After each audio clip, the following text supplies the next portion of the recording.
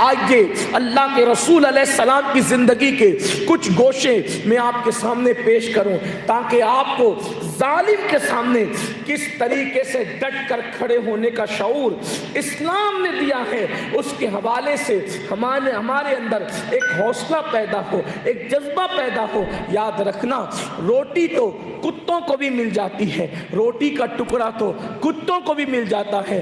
وہ قومیں مٹتی ہے جو مذہب سے اپنا تعلق کمزور کر لیتی ہے، اپنے مذہب سے اپنے رشتے کو کمزور کر لیتی ہے۔ اللہ اکبر۔ اللہ کے حبیب غیب داں نبی صلی اللہ علیہ وآلہ وسلم نے جب نبوت کا اعلان کیا، سارے منصوبے بنے اللہ کے رسول کو دکھ دینے کے، حضور کو ستانے کے، حضور کو تکلیف پہنچانے کے، لیکن اللہ کے حبیب علیہ السلام یا ان کا کوئی صحابی اس دور کا، مکے میں جن لوگوں نے حضور کا کلمہ پڑھا، لوگ ستاتے رہے لیکن کسی صحابی رسول نے اللہ کے رسول کا ساتھ نہیں چھوڑا۔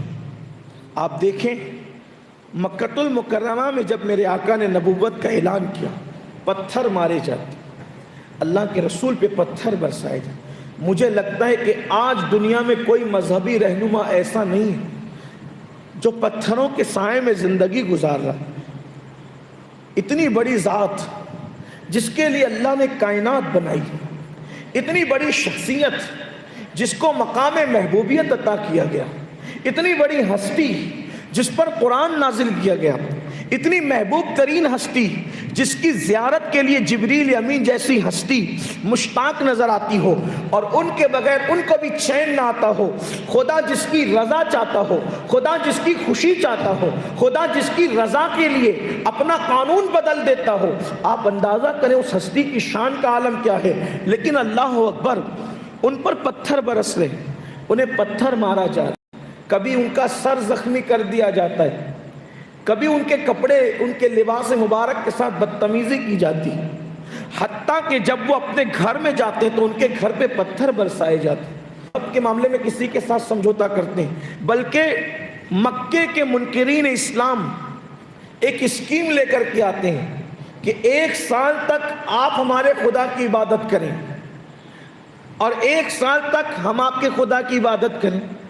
تو جس سال آپ ہمارے خدا کی عبادت کریں گے تو ہم سب ساتھ میں اپنے خدا کی عبادت کریں گے، اور پھر 1 سال تک کہ ہم آپ کے خدا کی آپ کے ساتھ عبادت کریں گے۔ یہ ایک اسکیم تھی ان کی کہ آپ ہمارے خدا کو خدا مان لیں، ہم آپ کے خدا کو خدا مان لیں۔ وہ یہ سمجھ رہے تھے کہ ہم نے یہ قانون پیش کیا، یہ معاملہ پیش کیا تو مسئلہ حل ہو جائے گا۔ قرآن کی آیت آ گئی، قل یا ایھا الکافرون، اے محبوب آپ ان کافروں سے کہیے، لا اعبد ما تعبدون، میں کبھی نہیں عبادت کروں گا اس کی جس کی تم عبادت کرتے ہو۔ ہمارے یہاں مذہب کے معاملے میں سمجھوتا ہے ہی نہیں، اگر جانے جاتی ہیں تو جاتی رہے، اس لیے کہ مذہب کی راہ میں جان دینا ہمارے یہاں گھاٹا نہیں ہے، ہمارے یہاں نقصان نہیں ہے، بلکہ مذہب کے لیے جان دینا ہمارے یہاں شہادت ہے، اور سب سے بہترین اور اعلیٰ درجے کی موت اس کو شہادت کہتے ہیں۔ شہید کا پہلا قطرہ جب زمین پہ گرتا ہے تو اس کو اللہ کا دیدار نصیب ہوتا ہے۔